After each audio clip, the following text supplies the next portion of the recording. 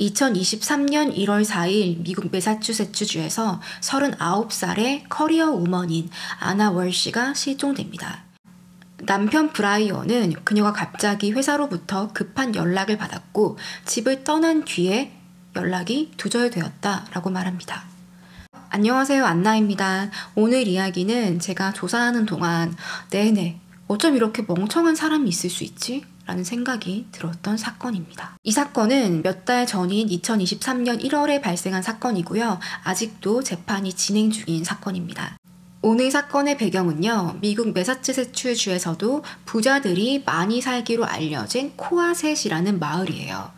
이곳은 보스턴에서 약 40분 정도 떨어져 있는 근교이고요. 인구가 10,000명 정도밖에 되지 않은 아주 작은 마을입니다. 이곳은 아름다운 바다 뷰를 끼고 있기 때문에 보스턴에서도 잘 나가는 부자들이 꼭 살고 싶어 하는 동네이기도 합니다. 이곳 주민들은 소득 수준도 상당히 높은 편입니다. 중위소득이 가구당 15만 불, 하나로 약 2억 원 정도나 되고요. 특히 이곳은 정치인들, 기업인, 연예인들이 상당히 많이 살고 있다고 해요. 우리가 잘 알고 있는 마이크 폼페이오, 미국 전 미 국무장관, 그리고 아카데미 상을 받은 크리스 쿠퍼 등도 이곳 마을 출신이라고 합니다. 이 평화롭고 부유한 마을에는 브라이언 월시의 가족이 살고 있었어요. 46살의 브라이언, 그리고 36살의 아내 애나. 이 둘은 2015년도에 결혼을 해서 행복하게 잘 살고 있었고요. 부부 사이에는 2살에서 6살 사이에 아들 셋이 있었다고 합니다. 아내 애나는 세르비아의 수도 베오그라드 출신이었습니다. 그녀의 집안은 상당히 유복했다고 해요. 그래서 부족한 것 없이 탄탄한 교육을 받으면서 성장을 했고요. 그녀 또한 공부도 열심히 하면서 남들과는 좀 다른 커리어를 꿈꾸는 그런 여성이었습니다. 베오그라드 대학에서 불어 북문학 학사를 졸업을 했고요. 애나는 항상 도전하거나 새로운 것을 경험하는 것을 좋아했다고 해요. 그래서 내가 이 세르비아에서 일할 것이 아니라 조금 더 넓은 곳, 내가 더 다양한 것을 경험할 수 있는 곳으로 가자라고 계획을 세우고 2005년에 미국으로 왔습니다. 얼마 지나지 않아 그녀는 미국 시민권을 취득하게 되었고요. 이중 국적자로서 미국에서 생활을 하고 있었어요. 처음 애나가 미국에 왔을 때 그녀는 작은 시골 마을에 있는 바에서 바텐더로 일을 시작합니다. 그리고 얼마 지나지 않아 작은 호텔에 있는 레스토랑에서 서버로 일을 하기도 했어요. 그녀가 이민자 출신이어서 문화 차이나 언어 장벽도 있었을 거예요. 하지만 그녀는 빠르게 승승장구하며 자신의 커리어를 쌓아갔습니다. 그렇게 애나는 시골 호텔에서 서빙 일을 하다가 매사추세츠주에서 가장 럭셔리한 호텔 중 하나인 위트리 호텔의 매니저로 스카웃이 되었습니다. 이 호텔에 대해 잠시 설명을 드리면요. 1890년대에 지어진 상당히 전통 있는 호텔이고요. 총 19개의 객실만 갖추고 있어요. 그 내부는 매우 비싼 가구들과 화려하고 유명한 미술 작품들로 가득하다고 합니다. 당연히 이 호텔을 찾는 사람들은 소득 수준이 높고 사회적으로 지위가 있는 사람들이 많았어요. 어느 정도냐면 이 호텔은 헬기장을 가지고 있었는데 이제 손님들이 자신의 전용 헬기를 타고 이곳에 와서 식사를 한 뒤 돌아가는 그런 시스템을 가지고 있었습니다. 애나는 이 고급스러운 호텔에서 일을 하다가 손님으로 온 남편 브라이언을 만나 2015년도에 결혼하게 되었습니다. 애나는 결혼 이후에도 자신의 능력을 꾸준히 인정받아서 다른 호텔로부터 꾸준히 스카웃이 되었습니다. 그리고 2022년 티시먼 스파이어라는 미국 최대 부동산 회사의 워싱턴 DC 지역의 총괄 담당 매니저로 발탁이 되었어요. 알고 계시는 분도 많으시겠지만 이 티시먼 스파이어라는 회사는 그냥 우리가 알고 있는 부동산 중개업을 하는 회사가 아니에요. 보통 우리가 부동산 회사 하면 아파트, 집, 토지 이런 거 매매하는 업체라고 생각을 하잖아요. 근데 이 회사는 뉴욕, 시카고, 워싱턴 DC뿐만 아니라 영국의 런던이나 대도시에 있는 초고층 빌딩 있죠.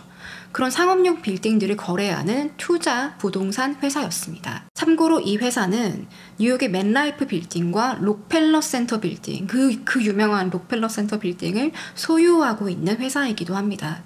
이런 어마어마한 사업을 하는 회사에 워싱턴 DC 지역의 총괄 매니저로 스카웃되어서 간 거예요. 상당히 높은 수준의 연봉을 받았을 것으로 추정이 됩니다. 애나는 이렇게 자신이 꿈에 그리던 아메리칸 드림을 이룬 젊은 커리어 우먼이 되어가고 있었어요.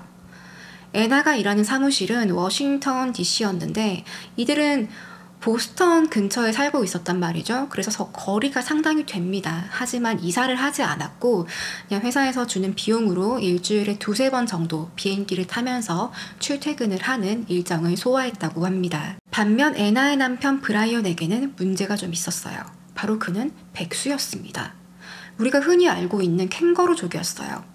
사실 브라이언의 집안은 상당히 부유했는데요. 아버지 토마스는 보스턴의 신경외과 의사로 일하면서 돈을 꽤 잘 벌었고 브라이언은 또 외동아들이어서 이 부모님의 사랑을 독차지하면서 자랐다고 합니다. 그래서 그가 일을 하지 않더라도 부모님은 계속해서 돈을 지원해줬던 것입니다. 그런데 이 과정에서 여러 가지 문제들이 있었어요.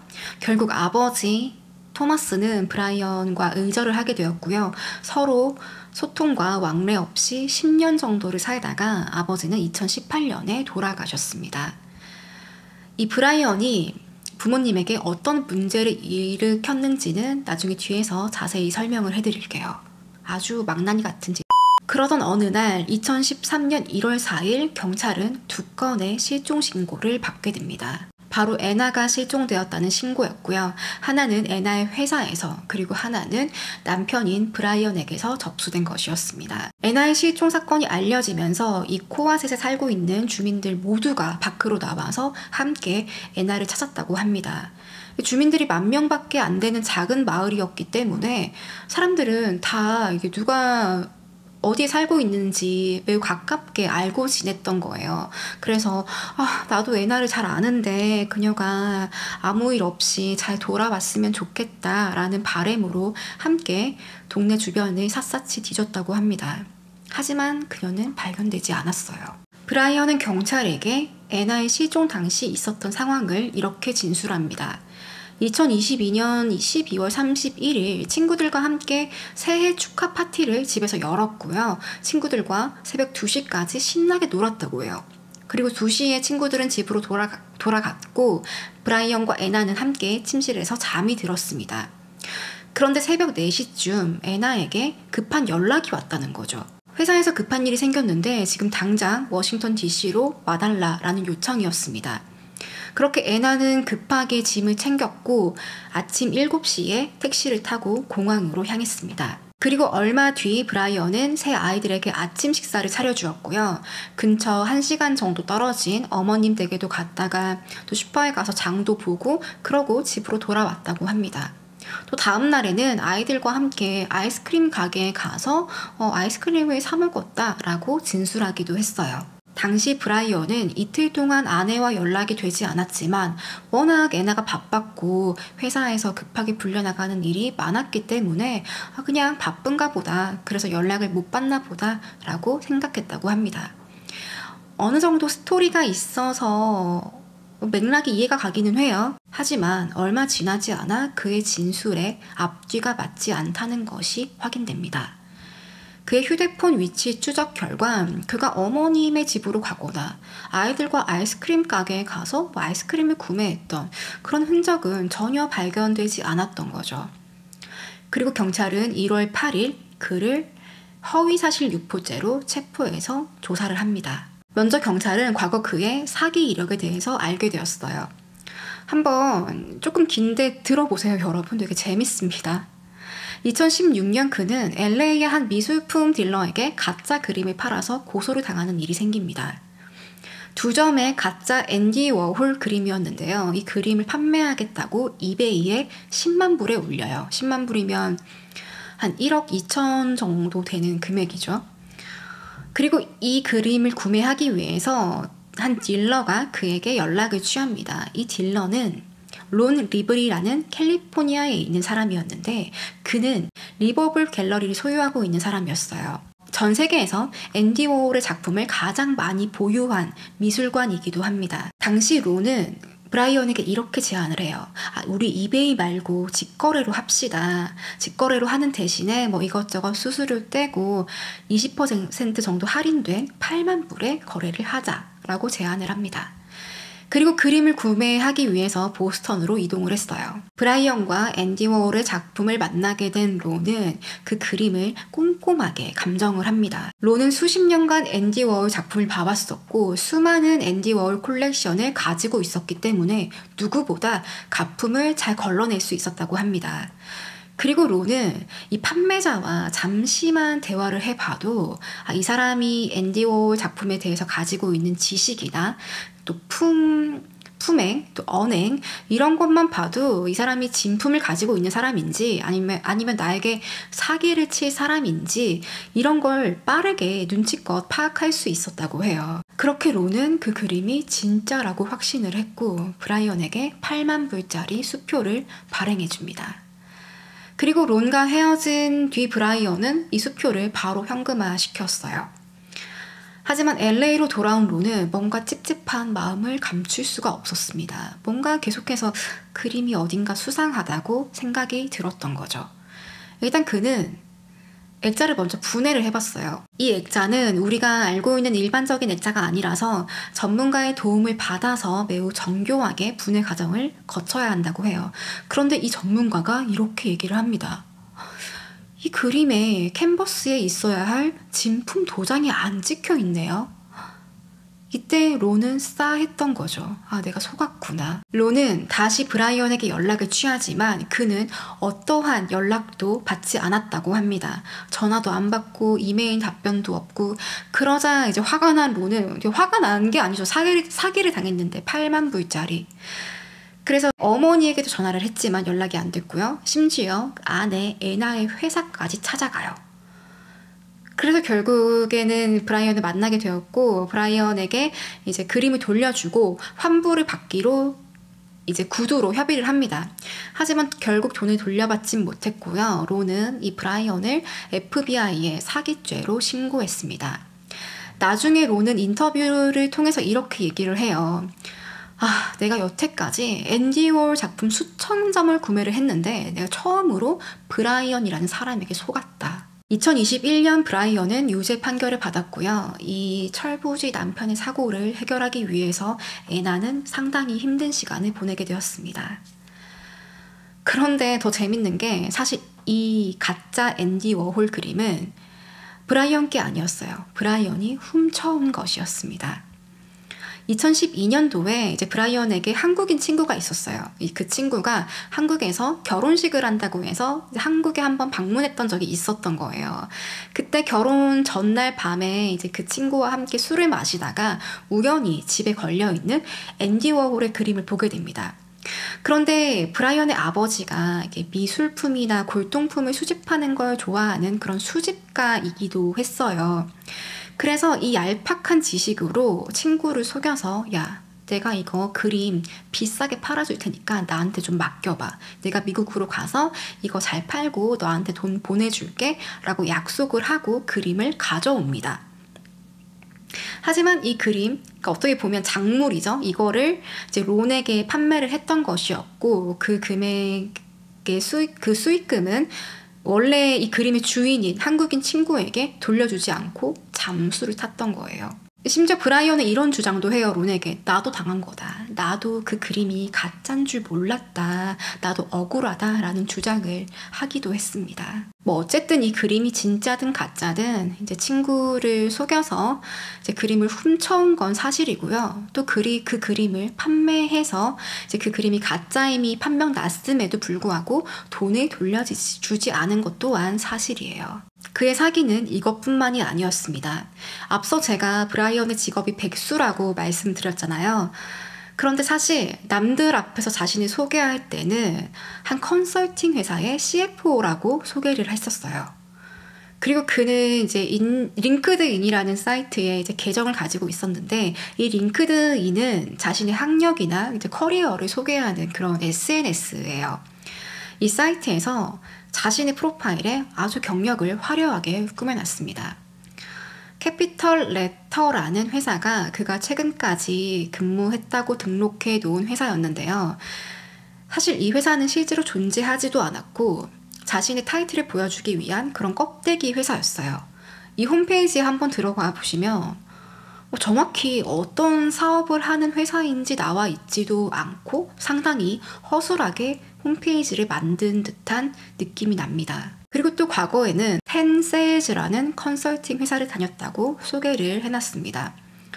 나중에 수사 결과 브라이언이 가짜 앤디 워홀 그림을 팔고 나서 받은 8만 불, 그 금액을 돈 세탁하기 위해서 페이퍼 컴퍼니로 설립한 회사가 바로 이 텐세일즈라는 회사였다고 밝혀졌습니다. 실제 인터뷰에서 그의 친구들은 브라이언에 대해 이렇게 말합니다.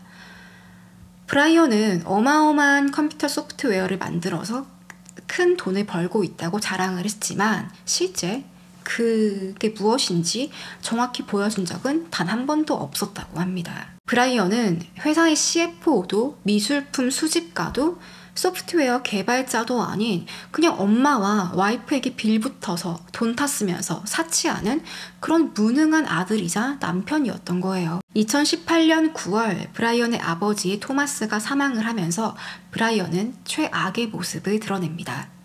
앞서 말씀드렸지만 토마스는 아들과 10년간 의절하면서 지냈어요.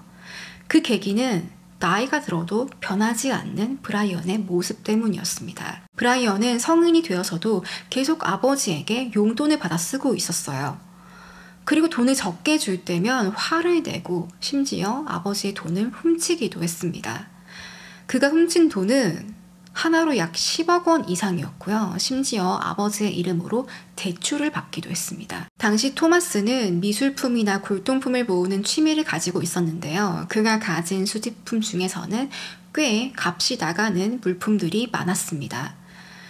브라이언은 이 아버지가 소중하게 여기는 수집품에도 손을 대기 시작했습니다. 결국 토마스는 아들과 손절할 수밖에 없었던 거죠. 그리고 토마스는 사망하기 전 유언장에 아들 브라이언에게는 단 한 푼의 유산도 남기지 않겠다라고 남겼어요. 이 사실을 알게 된 브라이언은 펄쩍 뛰면서 화를 냈고 아버지의 유서를 찾아서 불에 태워버립니다. 결국 유서가 사라지자 그의 유언을 입증할 방법이 전혀 없었죠. 결국엔 매사추세츠주의 법에 따라서 와이프인 어머니와 아들인 본인이 유산을 물려받게 되었습니다. 그런데 그의 욕심은 여기서 끝나지 않았어요. 어머니 몰래 아버지의 집과 아버지가 평소에 수집했던 그 수집품들을 모두 팔아버렸습니다. 그가 판매했던 그림 중에는 화가 달리의 작품도 있었어요. 꽤 많은 돈을 취득했을 것으로 예상이 됩니다. 자, 그러면 이제 애나가 실종된 시점으로 한번 돌아가 볼게요. 경찰은 브라이언을 애나의 실종 사건의 유력한 용의자로 지목합니다. 이제 그의 거짓말 때문이죠.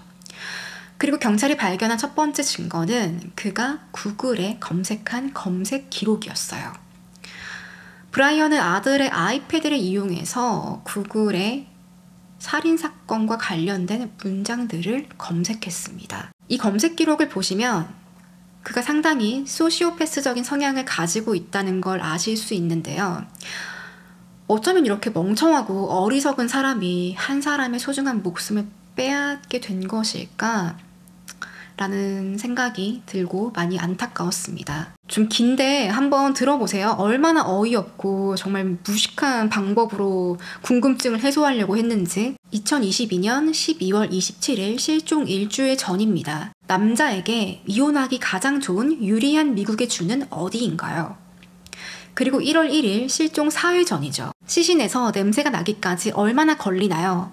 시신이 썩지 않는 걸 방지하는 방법, 시신을 박제시키는 법, 시신을 처리하는 10가지 방법, 실종하고 얼마가 지나야 유산을 받을 수 있나요? 시신을 버려도 되나요?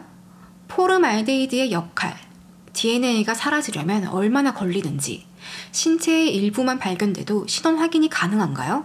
시체 토막, 그리고 시신 처리를 위해 가장 좋은 방법, 마룻바닥에서 피 없애는 방법, 피를 감지하기 위한 루미놀, 루미놀은 다 알고 계시죠? 어떤 건지. 암모니아에 시신을 넣으면 어떻게 되나요? 범죄 현장에서 입었던 옷을 버려야 할까요? 아니면 세탁을 해야 할까요? 그리고 다음 날인 1월 2일에도 검색은 계속됩니다. 쇠톱, 토막살인을 위해 가장 좋은 도구. 시신이 없어도 살인 혐의로 체포될 수 있나요? 시신의 이가 부러져 있어도 신원 확인이 가능한가요? 다음 날 1월 3일, 사람이 죽으면 머리카락이 어떻게 되나요? 시체가 나뭇바닥에서 발견되는 것과 비닐봉투에서 발견되는 것 중 뭐가 더 빨리 썩나요? 베이킹소다가 시체 냄새를 없애주나요? 여러분은 이 검색 기록을 보고 어떤 생각이 드시나요? 정황상 그가 아내를 살해하고 시신을 유기할 목적으로 여러 가지 질문을 반복적으로 검색한 것으로 보였습니다. 그런데 그는 이제 간단한 키워드를 입력한 것도 아니고 주어, 동사, 목적어가 모두 들어간 완벽한 문장으로 검색을 했고요. 이 살인을 저지르고 두려움이나 죄책감에 시달리는 사람처럼 전혀 보이지 않죠. 이런 문장들을 태연하게 구글에 검색하고 있는 걸 보면요. 그리고 저는 이런 질문이 너무 어이가 없었어요. 범죄 현장에서 입었던 옷을 버려야 할까요? 아니면 세탁을 해야 할까요? 시체의 일부만 발견돼도 신원 확인이 가능한가요? 그러니까 이 사람이 무지하고 멍청하고 못 배우고 이런 걸 떠나서 나 정말 이렇게 하찮은 인간에게 살해당했을 애나 그리고 남겨져 버린 아이들이 너무나 불쌍한 거죠. 브라이언은 처음 경찰에게 이렇게 주장을 했었죠. 아침에 눈을 뜨니 와이프가 이미 워싱턴으로 떠났었고 자신은 아이들을 데리고 어머니 댁에 갔다. 그리고 다음 날은 아이스크림 가게에 가서 아이스크림 샀다 라고 주장을 했었습니다. 하지만 경찰이 아이스크림 가게의 CCTV를 확인해보자 그와 그의 아이들이 왔던 흔적은 전혀 발견할 수 없었어요. 오히려 그의 위치를 추적했을 때 그가 어머니 댁에 가지 않고 다른 이상한 길로 갔던 것이 확인되었습니다. 경찰은 추궁을 했어요. 너 아이스크림집 갔다며? 너 어머님 집 갔다며? 이곳엔 왜 간 거야? 여기는 왜 딴 길인데 이곳으로 왜 갔어? 라고 추궁을 하자 내가 가다가 길을 잃었어요. 이렇게 어이없는 답변을 합니다. 그런데 여러분, 브라이언은 보스턴에서 평생 나고 자란 사람이었어요. 그가 길을 잃는다는 건 그리고 1월 2일 실종 신고 이틀 전에 브라이언이 집 근처에 있는 홈디포에 갔던 게 밝혀졌어요. 홈디포는 다른 영상에서 한번 설명을 드렸는데 조금 큰 철물점이라고 보시면 돼요. 이곳에서 그는 각종 세제, 표백제, 수세미, 솔, 화약용품,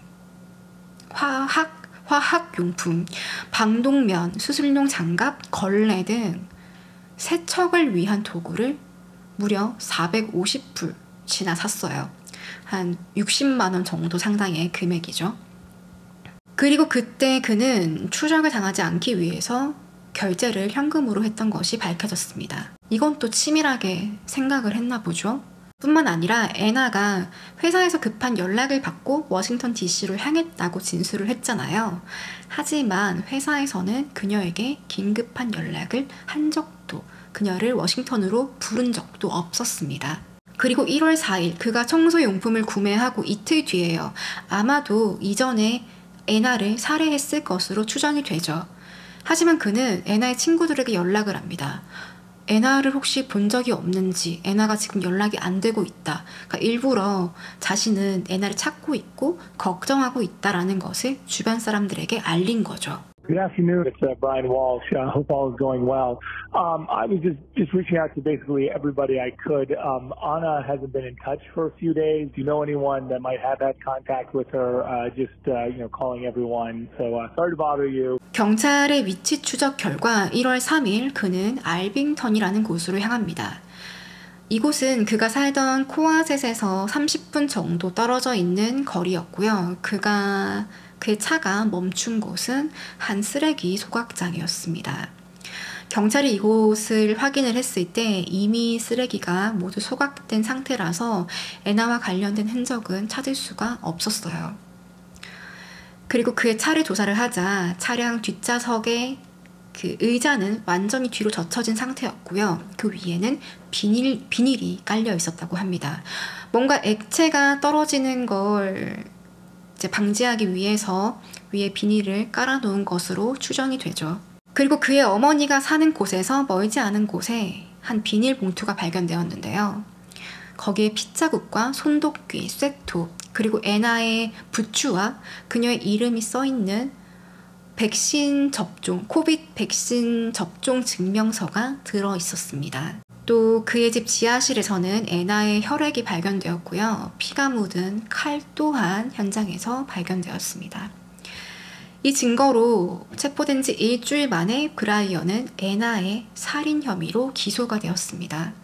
그러나 브라이언은 계속해서 무죄를 주장했어요. 사실 브라이언에게는 가정폭력 이력도 있었는데요. 애나와 함께 결혼하기 전에 그들이 연애하고 있을 당시 2014년 8월 3일이었어요. 브라이언이 애나를 죽이겠다고 위협을 한다는 그런 신고 전화가 접수가 되었습니다. 하지만 어떻게 사과를 했는지 합의를 했는지 애나가 그 신고를 철회를 했던 기록이 확인되었어요. 그리고 2018년도에는 애나가 SNS에 누군가에게 맞은 듯한 상처를 보여주는 그런 사진을 올린 적도 있었다고 합니다. 애나는 젊은 나이에 성공한 이민자였어요. 그녀는 자신의 명의로 여러 개의 부동산을 소유하고 있었는데요. 그 부동산의 가치는 200만 불 정도에 달했다고 합니다. 200만 불이면 원화로 23억, 4억 정도 하나요? 상당히 큰 금액이죠. 그리고 그의 구글 검색 기록을 이제 분석을 해보았을 때 아마도 그는 이혼을 원했던 것 같아요. 재산 때문에. 애나의 재산이 탐이 나서.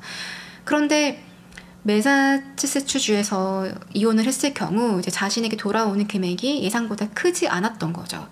그래서 결국 아내를 살해한 것으로 유추해 볼 수 있습니다. 그리고 뒤늦게 밝혀진 바로는 애나가 살해당하기 전에 자신의 신변에 위협을 느끼고 세르비아에 있는 엄마에게 도움을 요청했었어요.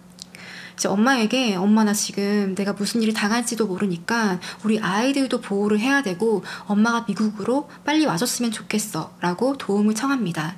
하지만 세르비아에서 미국으로 가는 게 그렇게 쉽지가 않아요. 한국에서 가는 것처럼 비자도 필요하고 이제 입국 서류들도 준비를 해야 됐던 거죠. 이제 이러는 동안에 애나는 브라이언에게 무참히 살해당한 것이었습니다. 그리고 저는 이 사건의 또 다른 피해자인 3명의 아이들이 너무나 걱정스러워요. 이 아이들 나이가 되게 어려요. 2살에서 6살까지의 세 남매인데 브라이언이 애나를 살해했을 때 이 아이들은 함께 집에 있었던 것으로 추측이 됩니다. 그리고 혹시나 아이들이 이 과정을 목격했거나 소리라도 들었다면 아이들에게 이 장면은 평생 트라우마로 남게 되겠죠. 그리고 가장 가슴 아픈 것은 이 아이들은 엄마와 아빠, 부모님을 동시에 한순간에 잃었다는 것입니다. 현재도 애나의 시신은 발견되지 않았고요. 아직 이 사건의 재판은 진행 중입니다. 시신을 찾지 못했기 때문에 판결이 나기까지는 상당한 시간이 걸릴 것으로 예상이 되어요. 오늘은 이렇게 미국에서 있었던 아메리칸 드림을 꿈꿨던 이민자이자 또 세 자녀의 엄마였던 애나의 살인사건에 대해서 이야기를 해봤고요. 저는 다음 시간에 또 다른 사건으로 찾아뵙도록 하겠습니다.